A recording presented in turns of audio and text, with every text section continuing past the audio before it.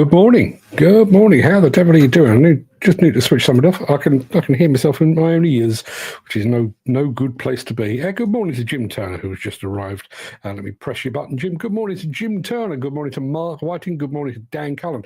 Good morning to Alessandro Vitali. Good morning to Connor Woodhead, rather, over on Instagram. Good morning, everyone. I'm going to go straight to this one from Dan Cullen, who says, "Oh, damn, missed the video last night.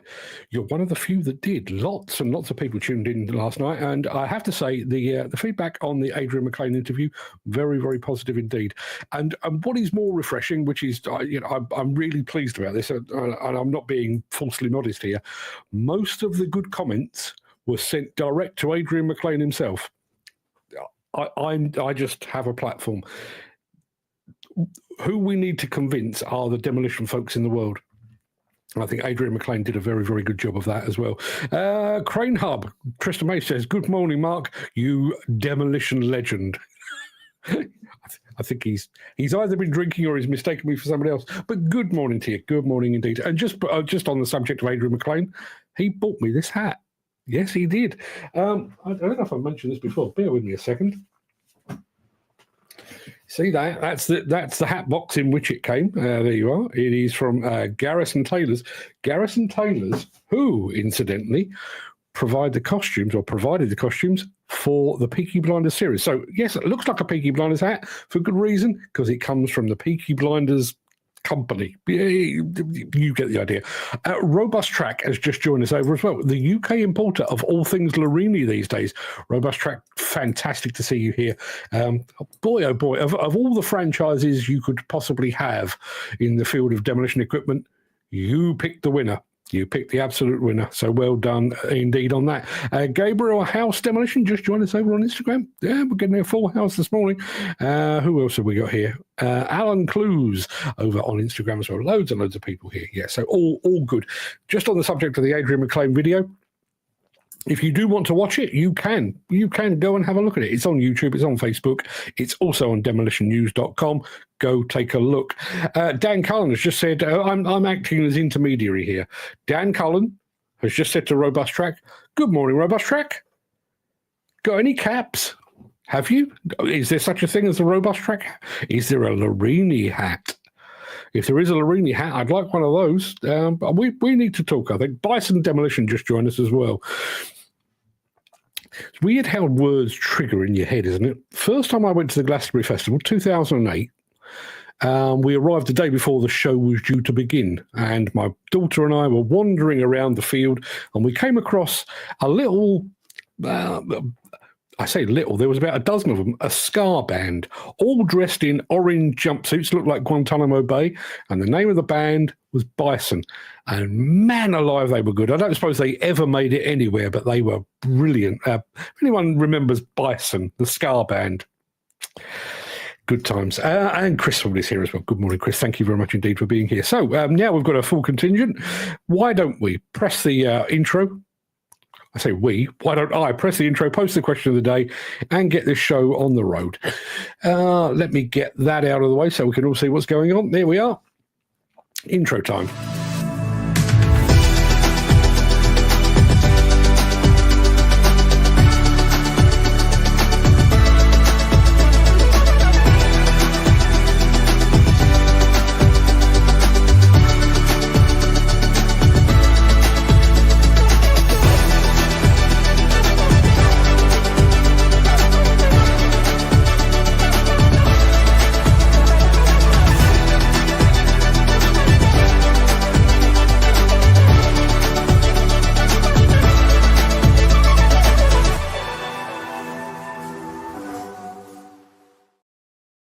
It is Thursday, the 28th of November. Welcome to the Breakfast Show. I am your host, Mark Anthony, the Walrus of Demolition. In today's show, a Detroit incinerator gets destroyed. PP O'Connor is crushing it. We're revisiting DigBits for a more in-depth discussion about all things excavator bucket. And no, we don't feature cranes. Crane Hub, Tristan, we don't feature cranes, but on this occasion, we're going to make an exception. Plus, in my morning monologue today, I will be bringing you a fable. an allegory for our times as we discuss why education is the key to survival for this industry and quite possibly this nation. I'll be sharing that with you at the end of the show. But before we get to all of that, I do need to say a very quick good morning to our friend Mick, who's just pitched up. Morning, Mick. Thank you very much indeed for being here. Why isn't your button working? Let's try it again. There we are. Good morning, Mick. Thank you for joining us. Before we get to all of the stuff and nonsense we've got coming, we do have the small matter of today's Mystery Machine. This month is over and done with. Dan Cullen has won for the third, quite possibly the fourth month in succession. We need somebody to step up and start to stop him, or I need to change the competition. But while it's still going, let me play you this.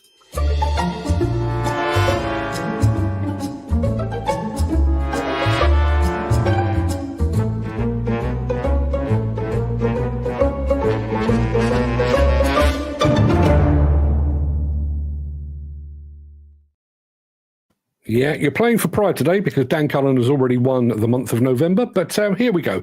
Here is the machine I need you to identify. Looks remarkably like a bit of cab, but a cab of what? I need a make and a model, if you would be so kind. Anybody can identify it from that. You're doing very, very well indeed. Ken Hatcher has just arrived. Says, good morning, and it looks like he's freezing cold as well. It is cold this morning, isn't it? It really is. Hence the hat, hence the jumper. I'm not taking any chances today. Mick says, good video last night and a few good points mentioned. Yeah. I'll come back to the Mystery Machine in a second. Just very, very quickly, one of the reasons I was keen to do the interview with Adrian McLean, and one of the reasons I'm keen for him to have a very successful 2 years at the head of the IDE is he's something of a freak. Sorry, Adrian, and I'll explain. I don't mean that he's a freak. I mean, he's almost unique in that one of the first things he says is he is merely the custodian of the IDE. It is the members' institute. He is merely the custodian. So rather than taking the opportunity to big himself up, self-aggrandizement, aren't I clever? Look what I've achieved. You know, look at my fancy medal around my neck. Please refer to me as Mr. President. None of that. None of that at all. Instead of which, he has just basically said, right, here's where the IDE is. Here's where it should be. How do we get there? And let's all work together. If Ken Hatcher says, what was last night? It wasn't a live show, so you didn't really miss it in that respect. We basically had a half-hour interview with the new Institute of Demolition Engineers president, Adrian McLean, who gave me this hat. Go and take a look. It's on YouTube. It's on Facebook. Easier way. Just go to demolitionnews.com. You'll find it right at the top of the page. Nice and simple. Go back to the Mystery Machine. We've immediately had an answer from Dan Cullen, who reckons it could be a High Dreamer 922G. I can see why you're saying that. You're wrong, but I can see why you're saying that. I think there are certain similarities, but it's not one of those. So keep the guesses coming. While you're figuring that out, let me take that away again. And let me remind you very quickly of our question of the day, which looks like this.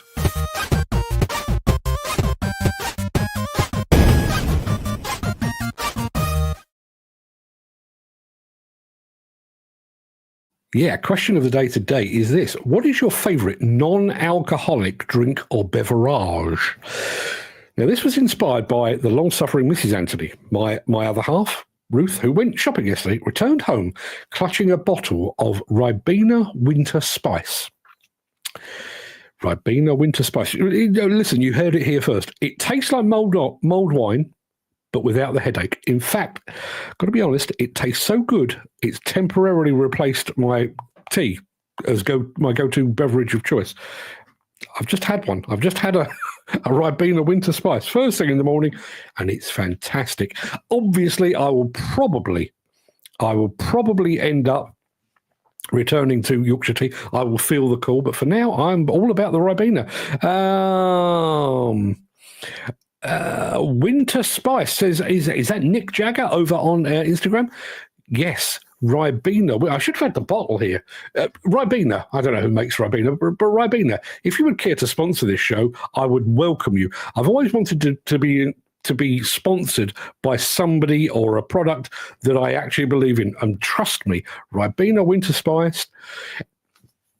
Nick Jagger, yes, Nick Jagger asked just the right question, and I have just the right answer.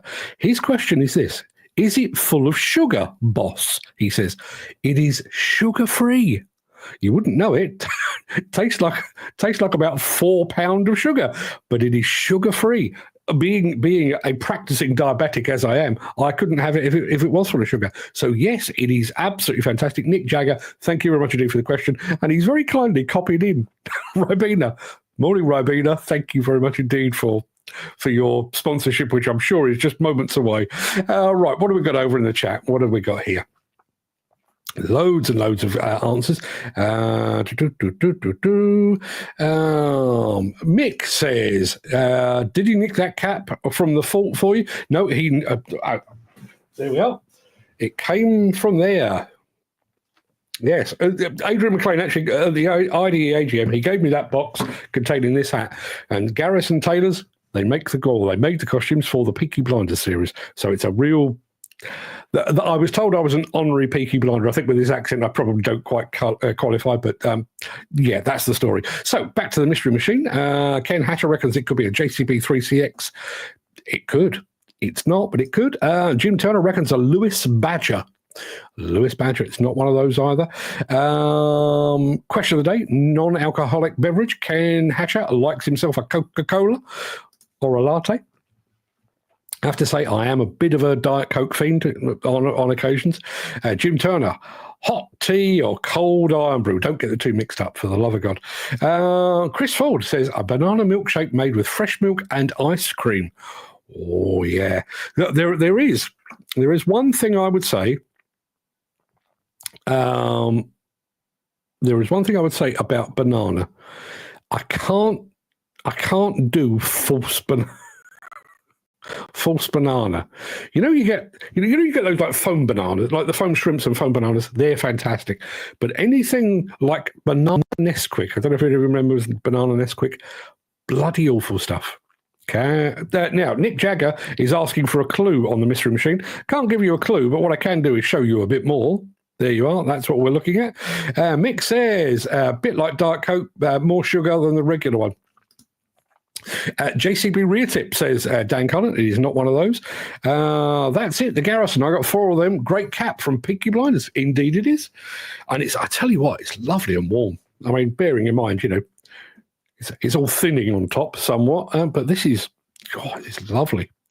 Absolutely lovely. So thank you, Adrian McLean, and good luck with your presidency. You won't need luck. You won't need my encouragement. You don't need anything else.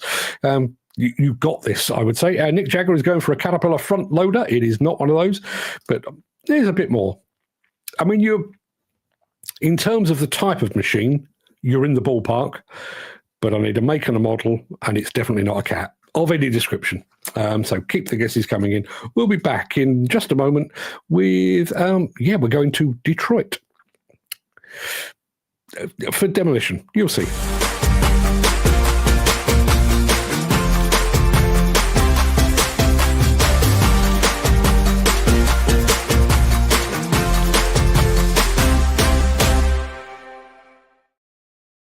Yeah, bearing in mind this show does go out on the Demolition News channel, sometimes we can go quite a while without a bit of Demolition. We had a bit yesterday, we've got a bit more today, and we're starting in Detroit.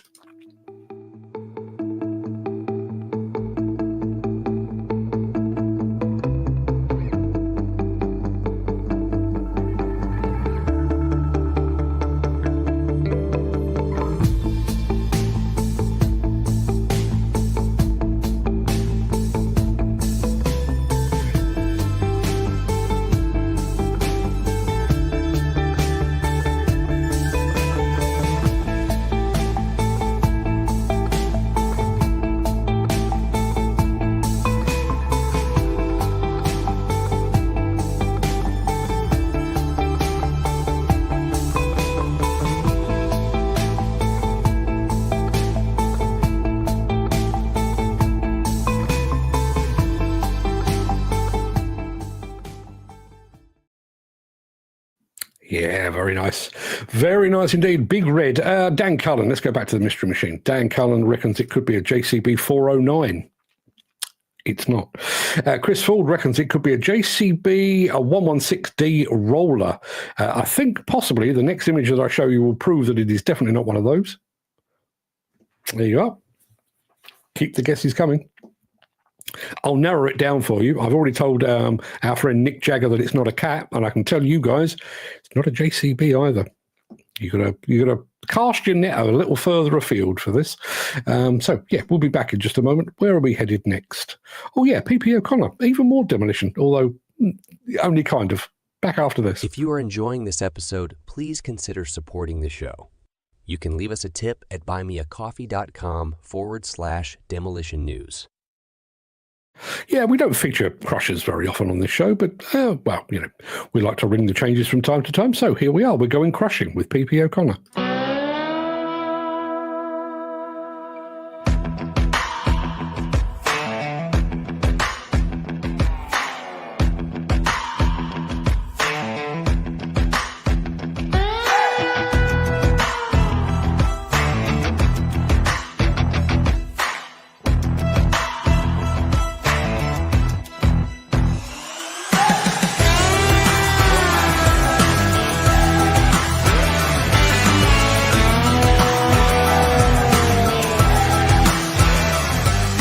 Experience using various crushers in your time.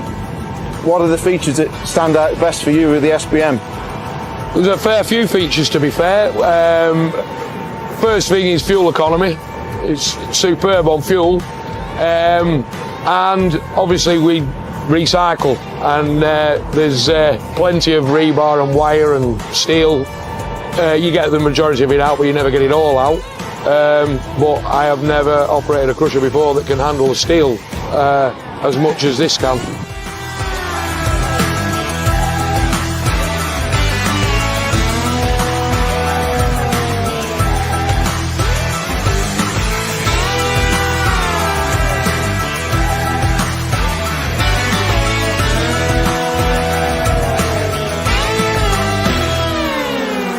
One of the best features, I think, really is the fact I can operate it and even track it from in the machine up there without having to jump down, put it into track mode, put it where I need to, and then get back up onto the machine. I can do it all from inside the machine.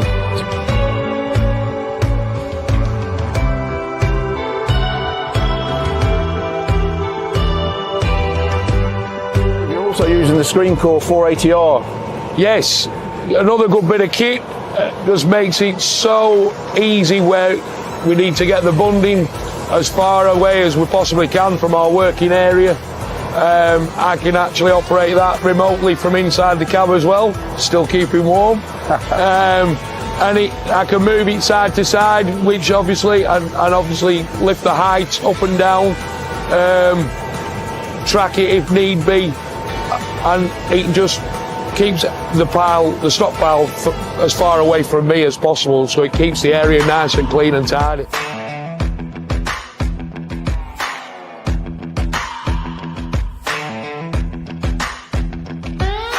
Going back to the SBM, we're standing in front of it right now, and it's operating in the background, although not crushing, but it's very, very quiet. You can hold a conversation next to the machine. Oh, yeah, absolutely superb, especially if we're in built-up areas and things like that. We do a lot of demolition in housing areas and you know, places like where as you can see, you got the traffic centre just behind. So quiet. Yeah, we could probably get another 10 metres closer and still talk normally. It is quiet, very quiet. Fantastic.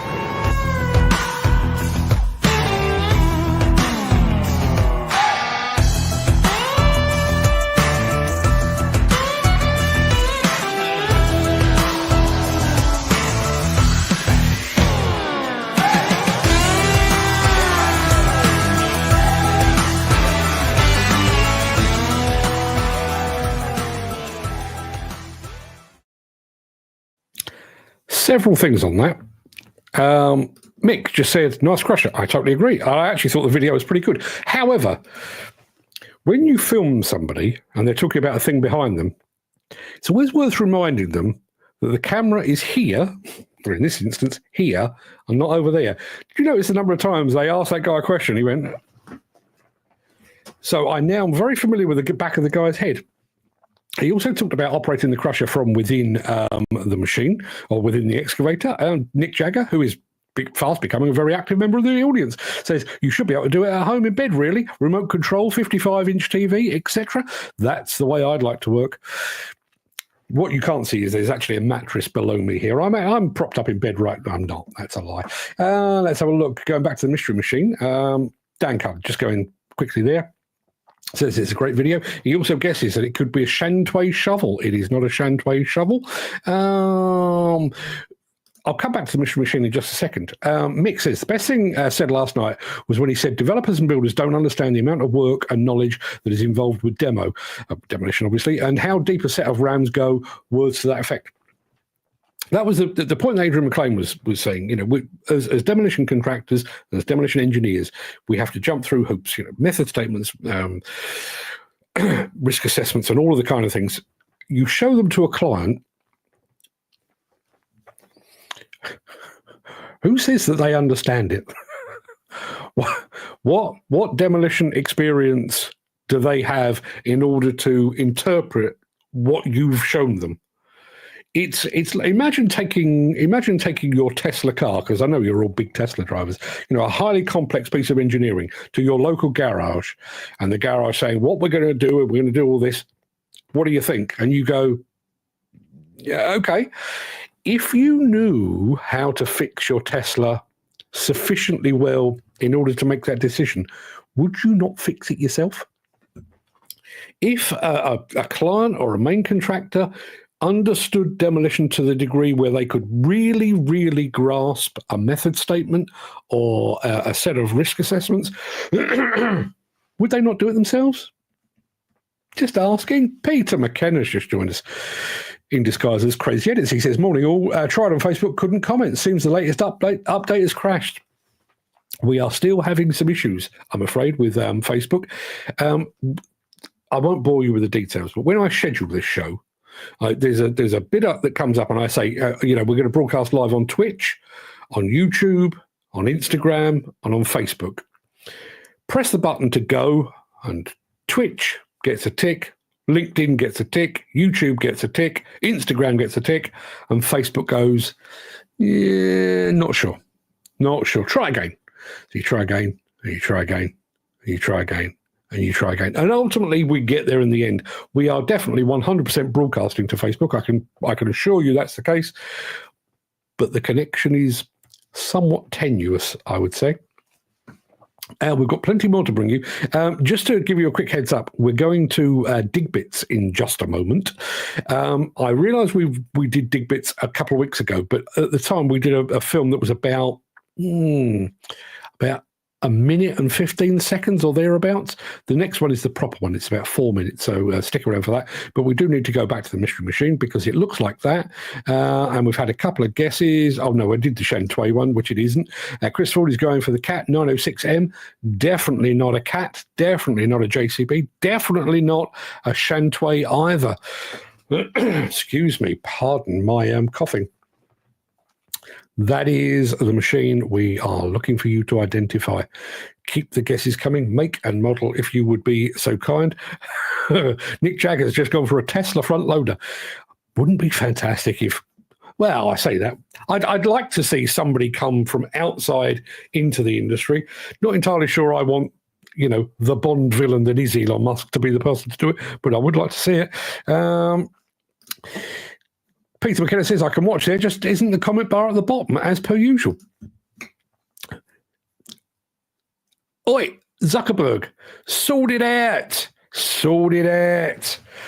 See, when you become a billionaire, you start to let standards slip, don't you? Yeah, you can tell from my own personal experience. Once you become a billionaire, you just don't care anymore. I'll be back after this.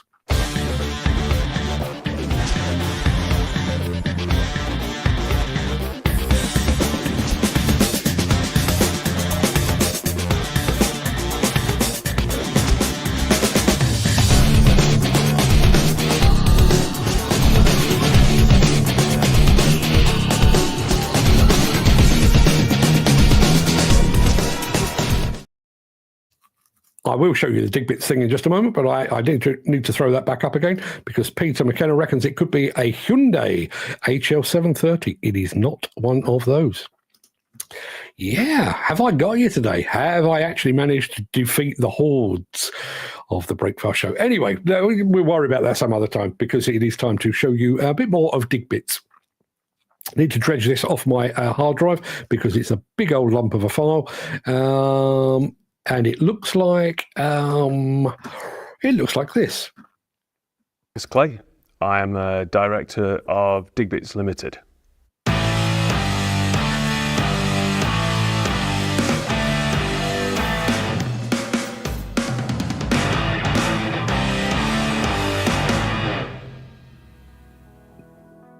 My father's always been in the construction industry.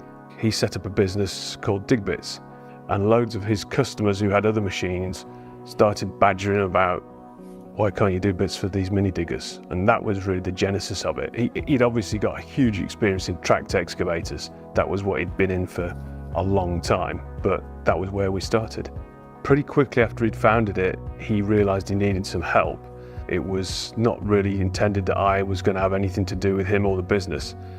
But he approached me and I thought, well, I can try it. So that was really how I got into it and where the business came from. Buckets are kind of just treated as get 3 of them free with a new digger when you buy it. And there's been a little bit of laziness from the consumer that people aren't really looking under the hood as to what they're being given with the machine. And then there's also been a bit of laziness from the dealers that they'll tend to go for the cheapest, which gives them the best gross margin. And not really give the customer any alternatives. So not saying, well, look, you know, you can have these buckets and it's this price, or those buckets and it's another. What we're seeing from our customers, the people that are using us and getting advantage from us, is because we can react to specific requirements, whether it's the new building regulations which require different foundation trench widths, or whether it's different site conditions in different areas.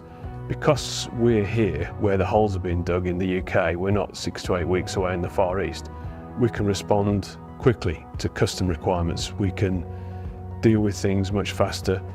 All of the wear parts on the buckets being easily replaceable, so we never fit anything that's difficult to get hold of. There's no proprietary tooth systems on our buckets. We've always tried to keep the wear parts available.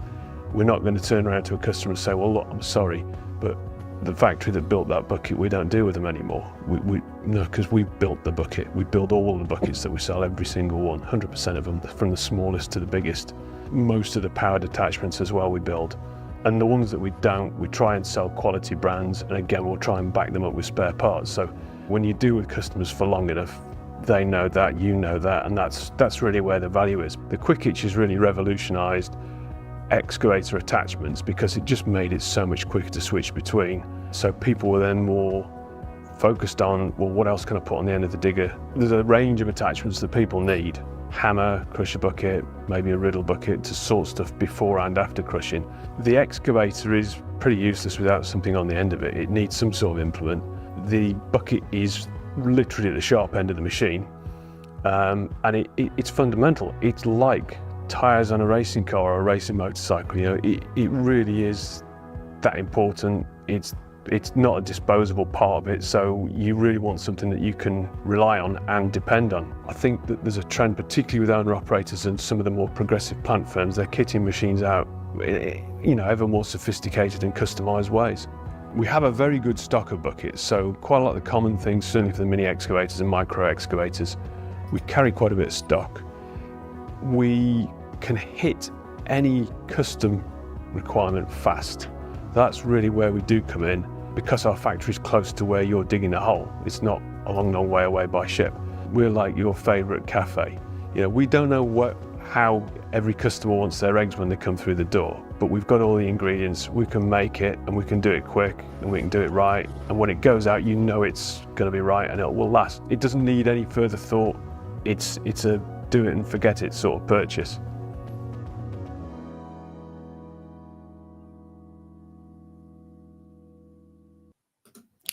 I'm going to go over to Mick, who says they've seen some of their stuff and got to say was impressed, not just the build quality, but the help they gave, or the help they give, rather, if something is needed off the cuff.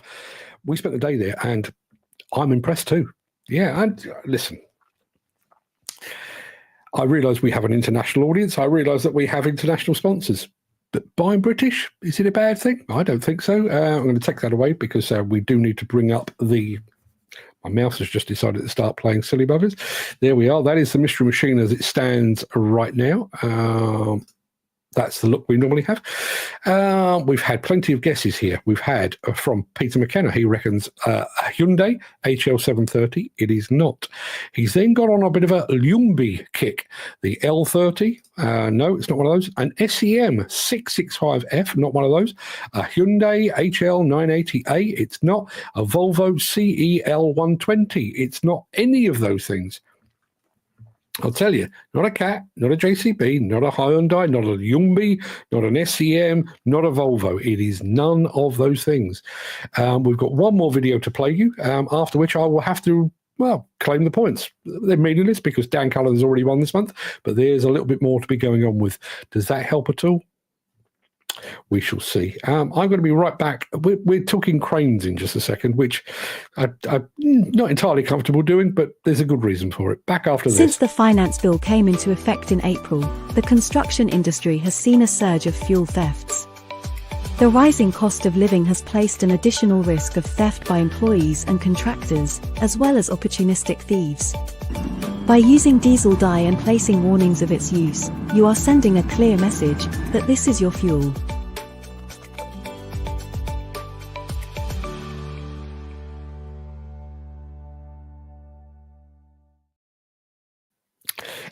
Back to the Mystery Machine. Peter McKenna reckons L260H from Volvo. It is not. Dan Cullen, is it a Liebherr? It's not one of those either. Have I got you? Have I got you? Now, we do, as any regular viewers of this show will know, we don't do cranes because there's somebody who does them far better than us, and it's Tristan Mays over at Crane Hub. And I have to say, by the way, Crane Hub is absolutely flying right now. Absolutely. I don't pay too much attention to the crane market, but they are setting the market alight. If you don't follow them, you should.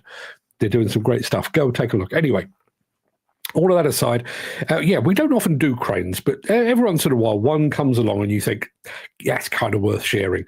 That's what we've got for you next. So get your eyeballs around a bit of this.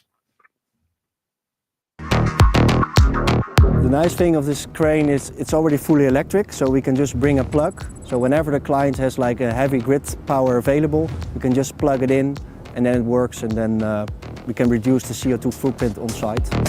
Some of the large harbors have this kind of connection, but if you're standing really remote, they don't have it, and then you need like something like this with batteries. This crane enables our clients to fabricate bigger components and lifting bigger components, and also reducing their CO2 footprint in the full chain.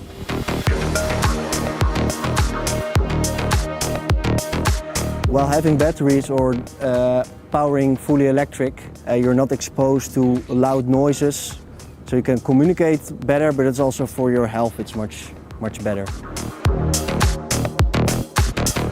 The main focus within Mammoet is now electrification and having like the power source next to the machine.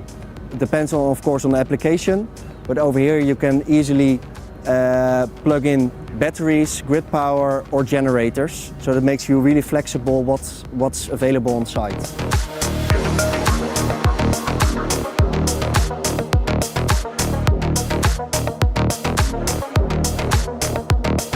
In collaboration with the Nord, we rendered these two batteries. We are in the middle of the testing phase. We started with connecting the batteries to each other and then to the crane, and now we're going to test if we can do all the functionalities while having batteries. So fully zero emission. Dit zijn onze grootste batterijen die we hebben. Dat is de BB600. Dus een 600 kWh batterij met 600 kW inverter. En daar hebben we er twee van gekoppeld. Zodat we het vermogen ook kunnen doen van ongeveer 1000 kW wat hier gevraagd wordt voor de kraan.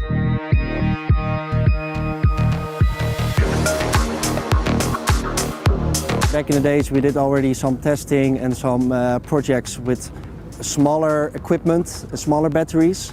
But this is like the biggest land-based crane in the world. Het is gewoon geweldig dat we dat samen kunnen doen. En kunnen kijken van jongens, hoe kunnen we toch die hele energietransitie zeg maar, een beetje op gang helpen, dat we daar toch stappen maken. Omdat we eerder altijd met een generator draaiden en we kunnen dat nu met batterijen doen. Ja, dat is al een geweldige stap vooruit, denk ik, in het geheel.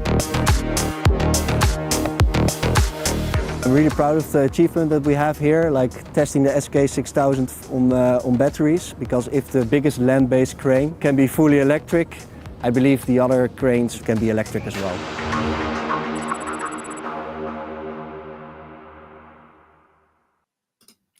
Great point to end on. The biggest land-based crane in the entire world can be run on electricity. I wonder if they come with a pack of 4 like Duracell.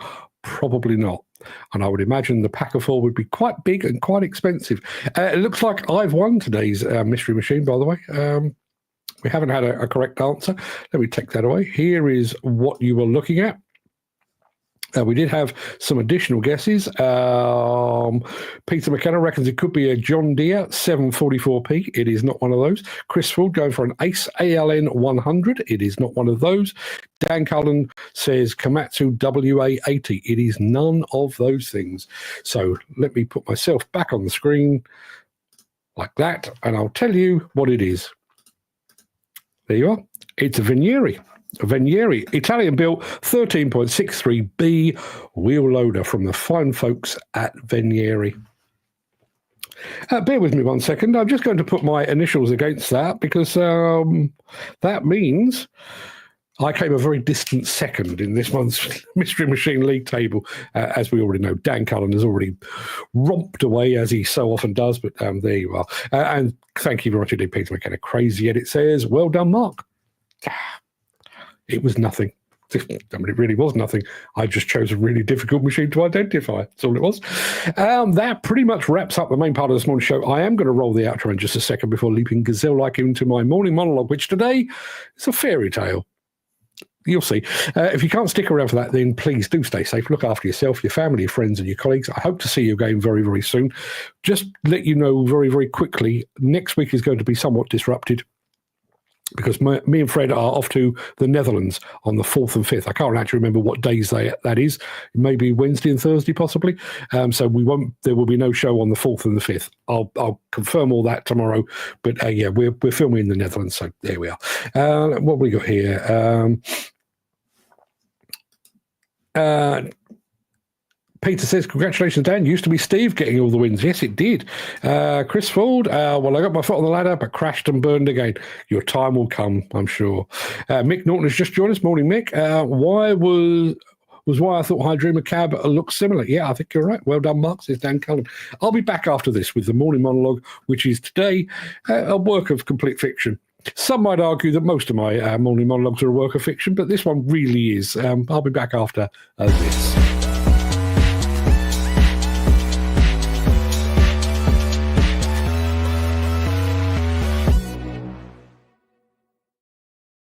I realise that the way this is supposed to work is that I'm supposed to say words and you are supposed to go away feeling inspired. There are times regularly where it works the other way around. And a conversation yesterday between, well, all of us, but particularly the conversation with Jim Turner, sparked an idea in my head. And the idea is the story you're about to hear. So stand by. Children, boys and girls. Once upon a time, in a small, bustling town nestled between rolling hills and wide open fields, there lived a boy named Luke. From the moment he could walk, Luke was mesmerized by the sounds of construction machines at work, hammers clanging, engines rumbling, and the steady beep of reversing diggers. He would spend hours perched on the fence near a construction site at the edge of town, watching the workers build houses, repair roads, and erect scaffolding that seemed to touch the sky. The workers fascinated him, their movements deliberate and confident, transforming raw materials into something permanent and useful. I want to do that one day, Luke would tell anyone who would listen. I want to build and fix things. Luke's parents were less keen. His mother dreamed of him becoming a doctor or a lawyer, anything that didn't involve hard physical labour. His father, a tired accountant with a permanent frown, would scoff. It's just a phrase, he'd say. You'll grow out of it. But Luke didn't grow out of it. By the time he was 13, he'd built a collection of books about construction machines and engineering. While his friends had posters of supermodels and footballers on their bedroom walls, Luke's were filled with JCBs and Caterpillars and Liebherrs. He spent weekends helping an elderly neighbour patch up fences and retiling his garden shed. And when his school held a career day, he circled construction and demolition on the sign-up sheet. His excitement, however, wasn't shared by his school's careers officer. The careers officer, a stern woman with sharp glasses and an even sharper tongue, raised an eyebrow when Luke shared his dream of working in construction. Construction, Luke? That's not a proper career path with someone with potential like yours. You're bright. You should aim for university, maybe engineering or architecture. Those are respectable fields. Construction is, well, it's not the kind of thing we encourage around here. Luke frowned. But I don't want to be an engineer. I want to operate machines. I want to build things with my own hands. She gave him a tight smile, the kind that wasn't meant to be kind at all. You'll change your mind. There's no future in manual work. Machines will take over and the industry is declining anyway. Stick to school, Luke. Get good grades and leave this nonsense behind. For weeks after that conversation, Luke wrestled with doubt. His teachers echoed the careers officer's advice, praising his grades and urging him to pursue something worthy of his abilities. But every time he passed a construction site or heard the clang of steel against steel, his heart reminded him where it truly belonged. When he turned 16, Luke made a decision that shocked his parents and teachers alike. Instead of going to college like most of his classmates, he enrolled in an apprenticeship with a local construction company. His first job was grueling, hauling bricks, mixing cement and sweeping debris. But Luke thrived in the dirt and the noise, finding joy in the tangible results of his labour. Years passed and Luke's skills grew. He learned to operate excavators, manage teams, and eventually oversee entire projects. His passion, determination, and knack for problem solving set him apart. He moved away from his hometown and started his own construction business in a nearby city. That company thrived. He built homes and even constructed a wing for a new hospital. Along the way, he met his wife, Helen, and together they had a son, Bobby, who shared his father's fascination with construction machines. One summer evening, as they sat in the garden, they talked about Luke's elderly parents and how they were struggling to care for themselves. What if we moved back to your hometown? Helen suggested. We'd be closer to your family, and it'd be nice for Bobby to grow up there. Luke hesitated. He'd visited his parents as often as he could, but he hadn't spent any real meaningful time in the town itself. But the thought of returning to the place where his dreams began tugged at his heart. After a lot of discussion, they decided to visit. When they arrived, Luke was shocked by what he saw. The roads he remembered cycling along as a child were riddled with potholes. The hospital where he'd been born looked tired and battered, its facade crumbling and in need of a coat of paint. Its dilapidated car park overcrowded with frustrated drivers. When Luke and Helen inquired about enrolling Bobby in the local primary school, they were met with more disappointment. We're at full capacity, the school administrator said with a weary sigh. No new classrooms have been built in years, and we've had to turn families away. I'm sorry, there's just no room. Frustrated, Luke, Helen and Bobby went to a local coffee shop in the middle of town. Luke spoke to an older guy who agreed that the town, its roads and its hospital had seen better days. No one wants to work in the trades anymore, the old man said bitterly. Kids today are told it's beneath them, and now we're paying the price. There's no one to fix the roads, no one to extend the hospital, no one to build more schools. Luke felt a pang of guilt.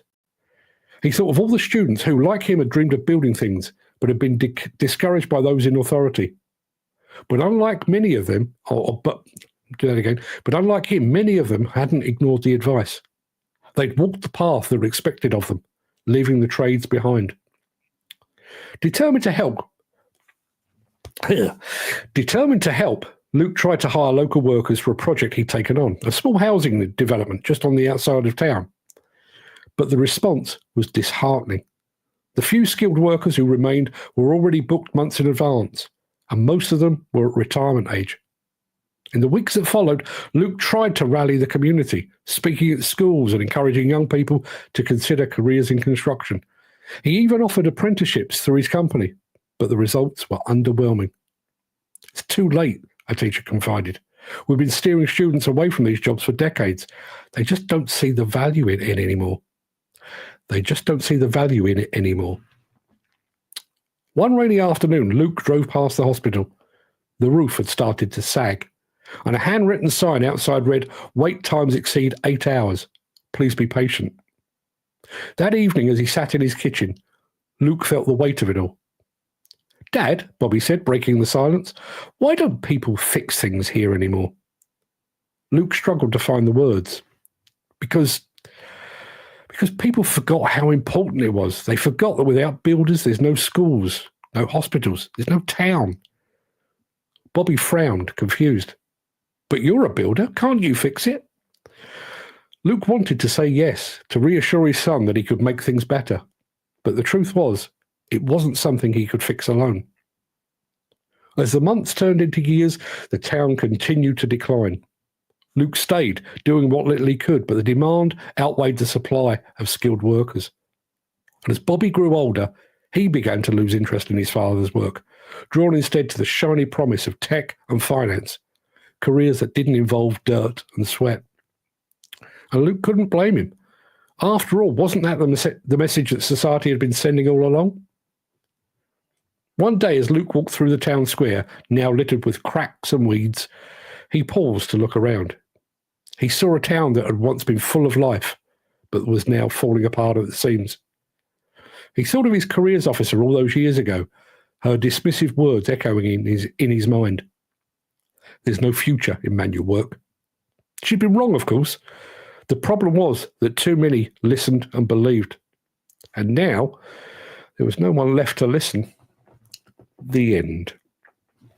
Just a very quick point on all this. Before I jump into the chat, obviously a fictional story, and I apologise for making it so childlike. You get the idea.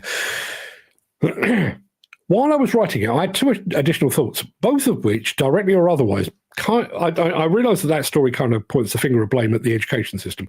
But while I was writing it, I had two thoughts that kind of point the finger of blame back at us. The first point is this.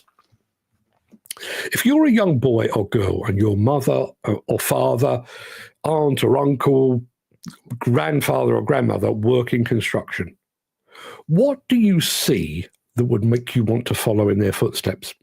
If your mum and dad is in and out of work all the time, if they're constantly stressed about where the next pay packet is going to come from, if they come home cut, bruised, freezing cold, soaking wet, if they miss all of your parents' evenings and your football matches, would you want to follow that path?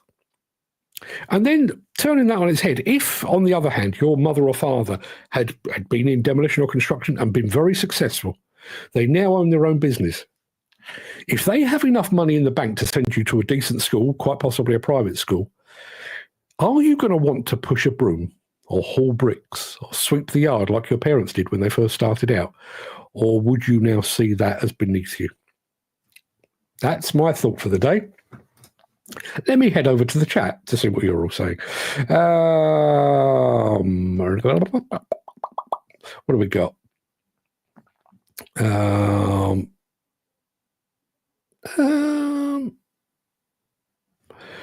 Was his name not Peter? Sounds like me when I was a boy. Yeah, I wonder how many people have been actively discouraged from pursuing a career in not just construction or demolition, but the trades, plumbers, electricians, plasterers, painters, decorators, all of those kind of people. If you go to a careers evening and tell people that's what you want to do, are you encouraged? Are you supported? Are you pointed in the right direction? Or are you told, no, get a proper job? And the bizarre thing is, you would have thought that these are the most proper jobs it is possible to have. I call myself a journalist, but I'm probably more of a live streamer these days. Is that a long-term career? I mean, I don't have to worry about it being a long-term career because I'm knocking on a bit, but I don't need to worry about it being a long-term career because, sooner or later I shall turn up my toes. But if I were choosing a career now for security, plumber, electrician. There is nothing on the workplace horizon that suggests in any way, shape, or form that plumbing and electrics are going to go out of style. In actual fact, we touched on it yesterday, and we've seen it again today with that Mammoth crane. If you are an electrician, you are about to hit pay dirt, I would imagine. Electric cars, electric equipment, electric charging points, and all the electric infrastructure to keep it all going. If you have basically ignored the advice of your careers teacher or your careers officer, and you have pursued becoming a sparky of some description, you're about to hit pay dirt. Is that not a good thing? Is that not a good thing?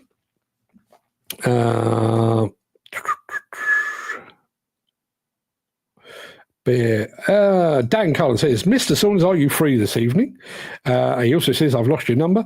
Why do you ask, Mr. Cullen? Mick says, I will text you.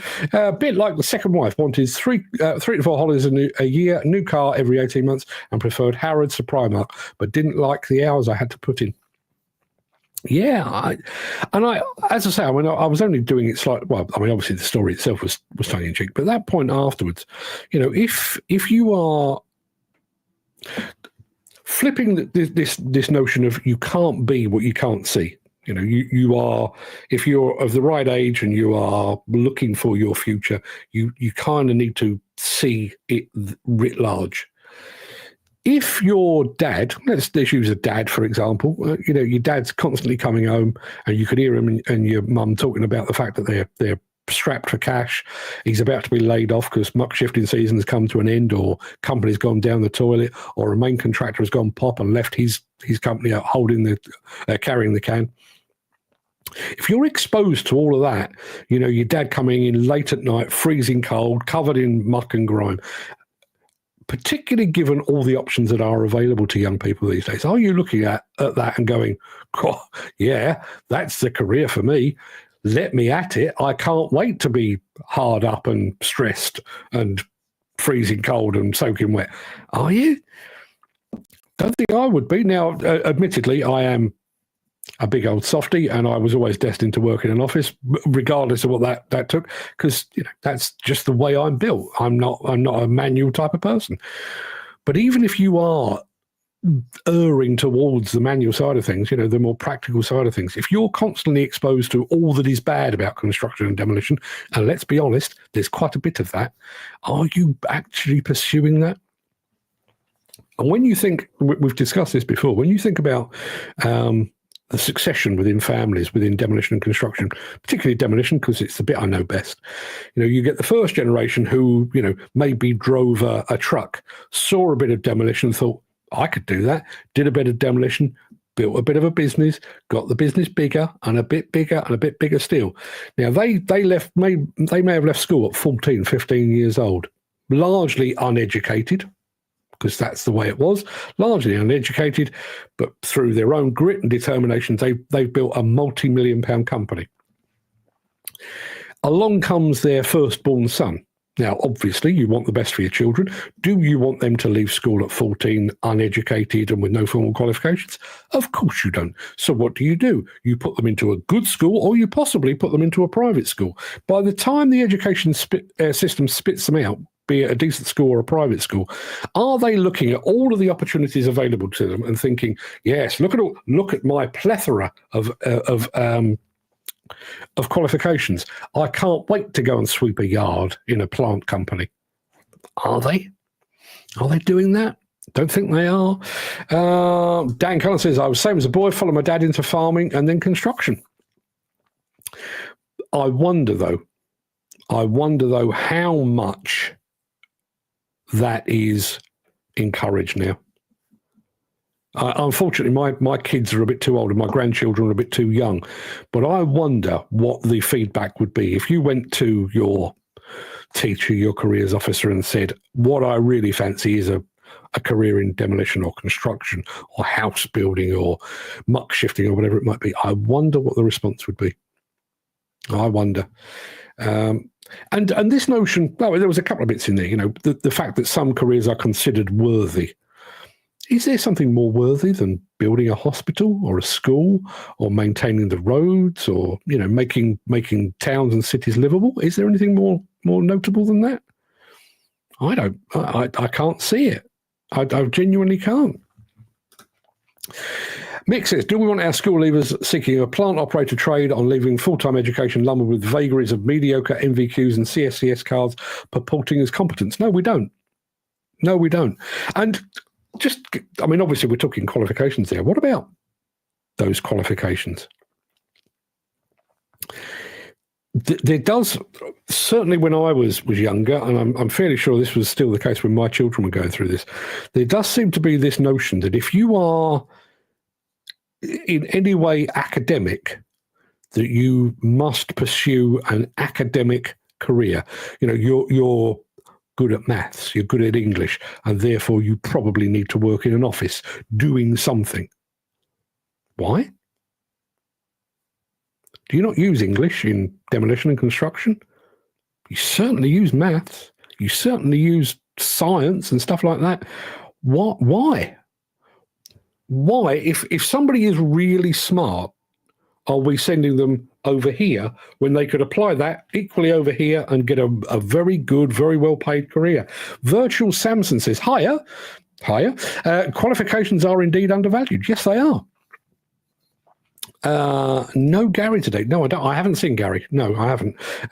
Dan Cullen says the younger generation don't get encouraged enough now. I don't think they do. And why?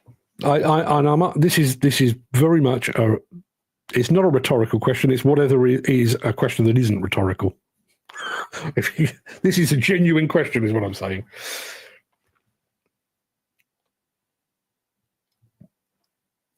Why?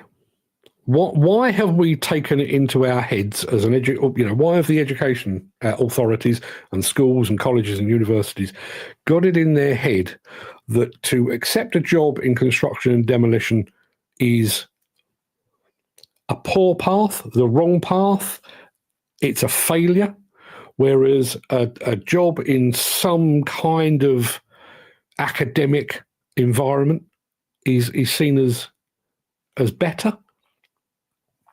Think about, I'm preaching to the choir here. You already know this, but you think about people like architects and QSs and design engineers, structural engineers, demolition engineers. They have to know a lot of stuff. Surely, having some sort of academic qualifications, as Virtual Samson has just said, having some sort of academic qualification makes you a perfect candidate for a role in demolition or construction. And another point, on very similar lines, if I walked out of school when I was, I walked out of school when I was 16, I went to college and stuff, but I walked out of school with half a dozen O-levels as well as, or GCSEs as they are now. I walked out of there and I walked into an office within a couple of years, actually. If I went into that office, I was surrounded by people that had degrees. They'd been to really good universities. So I basically was the low man on the ladder. I had a bit of nous, I had a bit of street smarts, but academically I wasn't as smart as them. So I was kind of, I wasn't downtrodden, I wasn't bullied, but I always knew that there were people in that office smarter than me. If I had taken those same 6 GCSEs and entered construction, I'd probably be the smart one in the room. Is that not a good thing for a kid? Or a school leaver or a college leaver? Going in and saying, I can really flex my muscles here. I can bring to this all of this knowledge. There are people here that have got lots and lots of street smarts. They've got lots of experience. Maybe they've got family in the business. But what I bring is this, and it might be, I don't know, 3D animation or whatever to design buildings, building digital twins or whatever it might be. You can bring all of that. So all of a sudden, rather than being, the quiet, shy 16-year-old sat in the corner of the office trying not to say boo to a goose in case anyone notices you, you could go in and say, right, let's sort this out. Let's make this better. And you'd be welcomed as a result. Is that not something we should be encouraging? Mick says, right, the hound's scarf sorted and earmuffs at the ready. Stay safe, fellas. He needs a tree. Catch you later. Yeah, indeed. Thank you very much indeed for that, Mick. Have a good day. Give my regards to the hound, would you? But that pretty much wraps us up for today, I think. Where are we? Yeah, we've done it. We've done another hour. Did anyone miss those days when these shows lasted for like 10 minutes? Sometimes I do. It's a lie. I love this. He won't be watching, so I don't need to be secretive. I'm going to a party on Friday night for a friend of mine who is retiring early. He's worked in the banking business for donkey's years, earned a fortune, very good at what he does and stuff, but he's taking early retirement, and he's probably a couple of years younger than me. And when I first heard it, blimey, he seems young.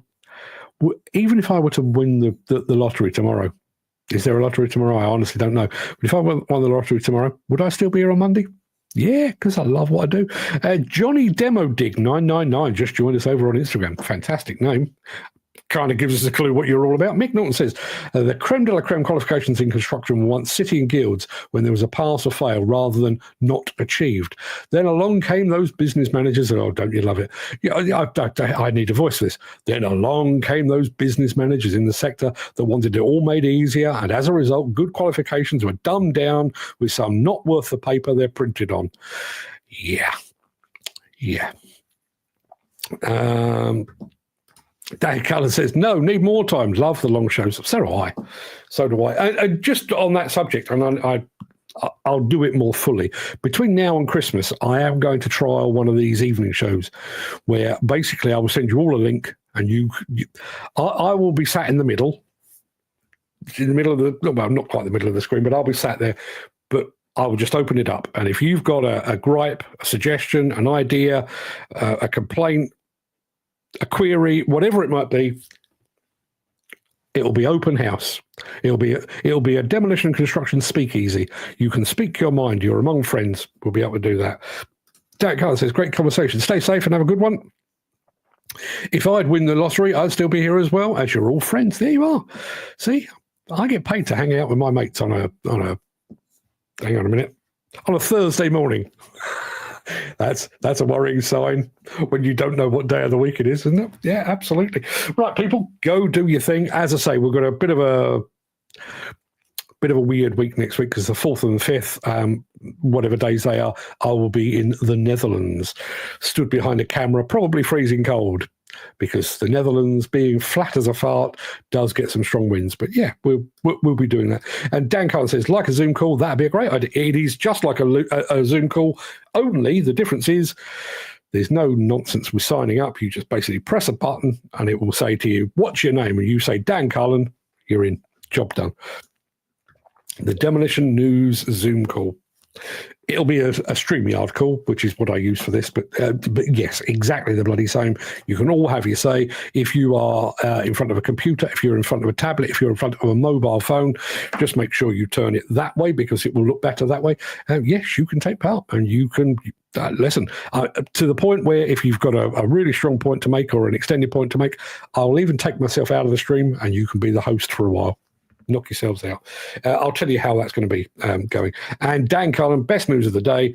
I've got a job for next week. Fantastic stuff. Hope it doesn't interfere with your viewing of the show. Although, priorities, you've got to pay the bills. But yes, we'll find out more tomorrow when we come back. But yeah, till then, everybody have a good day. Stay safe. Stay warm. Very cold out there. See you tomorrow. All the best.